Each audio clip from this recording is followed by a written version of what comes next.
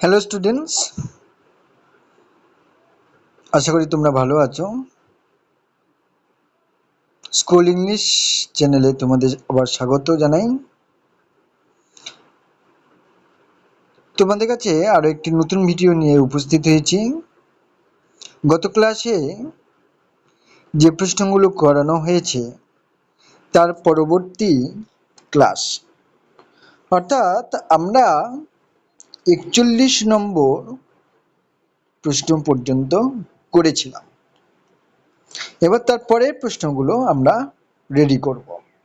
আর যারা নতুন চ্যানেলে তাদেরকে আরও একবার স্বাগত জানাই, এবং যারা নতুন দেখছো তাদেরকে বলি যে তোমরা আগের পার্টগুলো দেখার জন্য চ্যানেলে গিয়ে আগের পার্টগুলো দেখে দেখে আসো এবং নোটস করে নাও। তারপর এই ভিডিওটি দেখে নিও। আর যদি দেখে ফেলেছো তাহলে আগের ভিডিওগুলো দেখে নাও। চলো বেশি কথা না বলে চলো আজকের প্রশ্ন উত্তর পর্বে যাই। তাহলে আমরা 41 নম্বর প্রশ্নে কি পড়েছিলাম? আর নেশন ইন মেকিং বইটি কার লেখা? এর পরবর্তী প্রশ্ন অর্থাৎ 42 বা 42 নম্বর প্রশ্নে বলছে কি, ভারত সভা যে সংঘ, সেই ভারত সভা মুখপত্র বা মুখপত্র হিসেবে কোন পত্রিকাটি ছিল? ভারত সভার মুখপত্র পত্রিকার নাম কি? প্রশ্নটা এমনও হতে পারে, উত্তর হবে দ্য বেঙ্গলি পত্রিকা। এর পরের প্রশ্ন দেখো, নাট্যবীণা নিয়ন্ত্রণ আইন কে প্রবর্তন করেন? 1876 খ্রিস্টাব্দে লর্ড লিটন।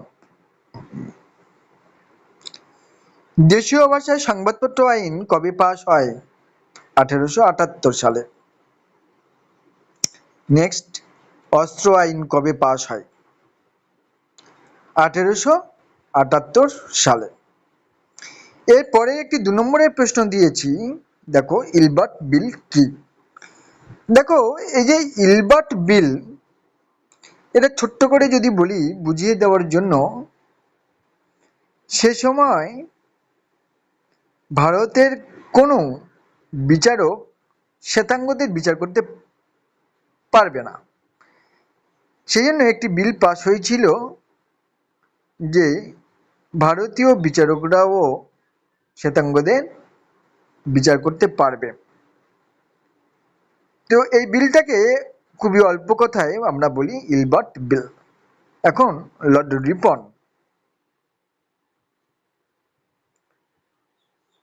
এদেশে আসার আগে ভারতীয় বিচারকরা, আমি ইলবার্ট বিল কি তার প্রশ্নের উত্তর বলছি, তোমরা স্ক্রিনে দেখতেও পাচ্ছ যে লর্ড রিপন এদেশে আসার আগে ভারতীয় বিচারকরা কোনো ইংরেজদের বা ইংরেজের বিচার করার অধিকার পেত না। এই বর্ণ বৈষম্য দূর করার উদ্দেশ্যে রিপনের পরামর্শে তার আইন সচিব ইলবার্ট একটি বিল রচনা করেন। এতে ভারতীয় বিচারকরা শ্বেতাঙ্গ ইংরেজদের বিচার করার অধিকার পান। এটি ইলবার্ট বিল নামে পরিচিত।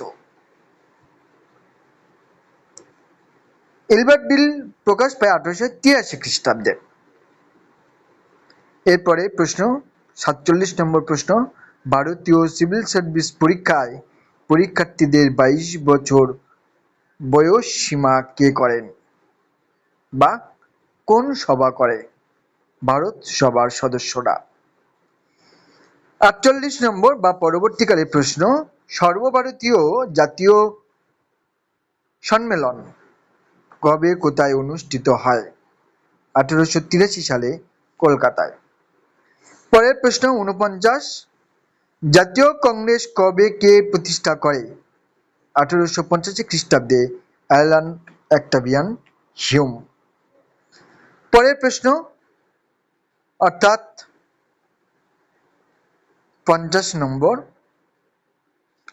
জাতীয় কংগ্রেসের দ্বিতীয় অধিবেশন কবে কোথায় বসে? কলকাতায় 1886 সালে। এরপরের প্রশ্ন 51, জাতীয় ভান্ডার কবে গঠন হয়? 1905 সালে। ভারত সভা গড়ে 1905 সালে ভারত সভা অর্থাৎ সভা সমিতির যুগে ভারত সভা যেটা ছিল, সেই ভারত সভা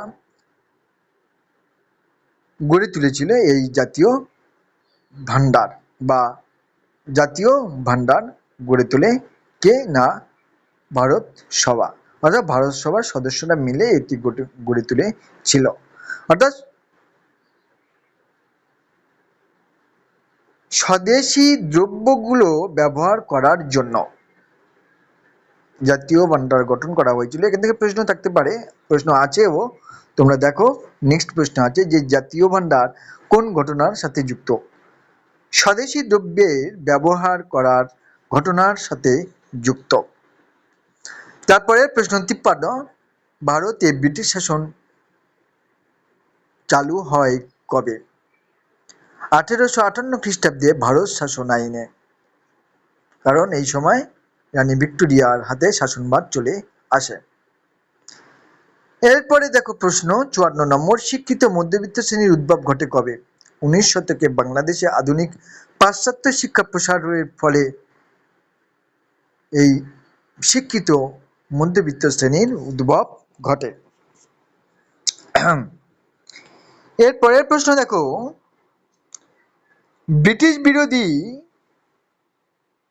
জাতীয়তাবাদের প্রসার ঘটে কবে? বা ব্রিটিশ বিরোধী জাতীয়তাবাদের প্রসার ঘটায় কারা? অনেকেই ছিলেন, 19 শতকে হয়েছিল।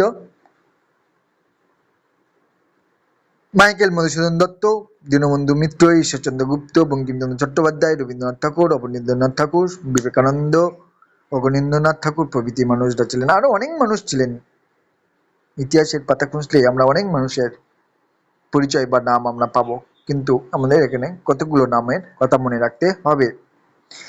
পরের প্রশ্ন খুব ইম্পর্টেন্ট প্রশ্ন, বিভিন্ন গুরুত্বপূর্ণ পরীক্ষাতেও এই প্রশ্নটা আসে। তোমরা আরো একটু বড় হলে বিভিন্ন পরীক্ষা যখন দেবে তখন এই প্রশ্নটাও আসে। আনন্দমঠ কার লেখা? বঙ্কিমচন্দ্র চট্টোপাধ্যায়। বর্তমান ভারত কার লেখা? স্বামী বিবেকানন্দ। তারপর গোরা কার সৃষ্টি?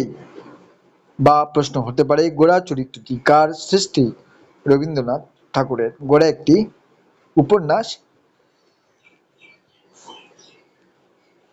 জাতীয়তাবাদীর উপর ভিত্তি করে, স্বদেশী সম্মেলন আন্দোলনের উপর ভিত্তি করে রচনাটা লিখেছিলেন তিনি। ভারত মাতা কার লেখা? কার?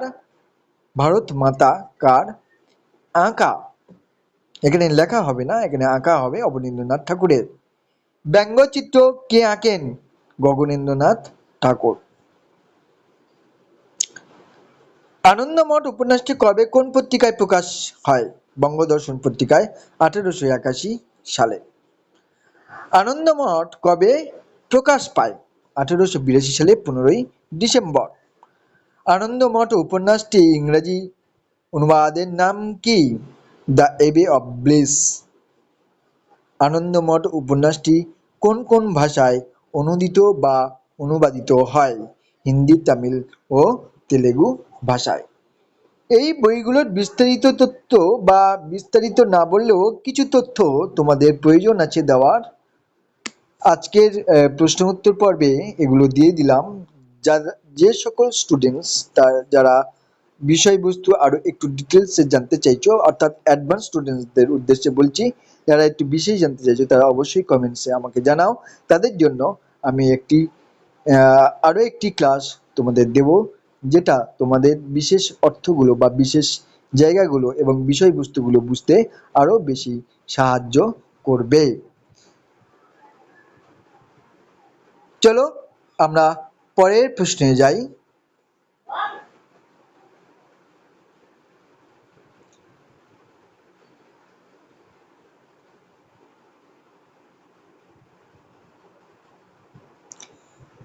তারপরে প্রশ্ন যেটা দেওয়া আছে ৭৬ মন্বন্তর। আনন্দমঠ উপন্যাসে এই ৭৬ মন্বন্তরের ঘটনা কিন্তু দেওয়া রয়েছে। ৭৬ মন্বন্তর কবে হয়? প্রসঙ্গত বলে রাখি, এই প্রশ্নটার উত্তর দুরকম ভাবে দেওয়া যায়, একটা ইংরেজি সাল, একটা বাংলা সাল। আমি তোমাদের দুটো ভাবেই বলে দিয়েছি। একটা হচ্ছে ১৭৭০ খ্রিস্টাব্দে ইংরাজি সাল অনুযায়ী, এবং ১১৭৬ বঙ্গাব্দে বাংলা সাল অনুযায়ী। যখন প্রসঙ্গত বলি, মনে রাখতে হবে যে যদি খ্রিস্টাব্দে বলে তাহলে কিন্তু ১৭৭০ লিখতে হবে। যদি বঙ্গাব্দ বলে, অর্থাৎ বঙ্গাব্দ মানে বাংলা সাল অনুযায়ী কবে, ১১৭৬ বঙ্গাব্দে। এই দুটোকে মিলিয়ে দিও না, তোমরা একটু ভালো করে খেয়াল রাখবে। আনন্দমঠ উপন্যাসটি কোন কোন পটভূমিকায় রচিত? ৭৬ মন্বন্তর এবং সন্ন্যাসী ও ফকির বিদ্রোহের ভিত্তি করে বা ফকির বিদ্রোহের উপর ভিত্তি করে এটি রচিত। কোন বইটি স্বদেশ প্রেমের গীতা বলা হয়? আনন্দমঠ উপন্যাসটি। পরের প্রশ্ন দেখো, ৬৮ নম্বর প্রশ্ন, বন্দে মাতরম গানটি কোন বইতে পাওয়া যায়? আনন্দমঠ উপন্যাসে। ৬০ দেখো, নেক্সট কোশ্চেন ৫৯ নম্বর, না ৬৮, ৬৯, সরি ভুল বললাম নাম্বারটা। ৬৯ প্রশ্ন হবে যে কে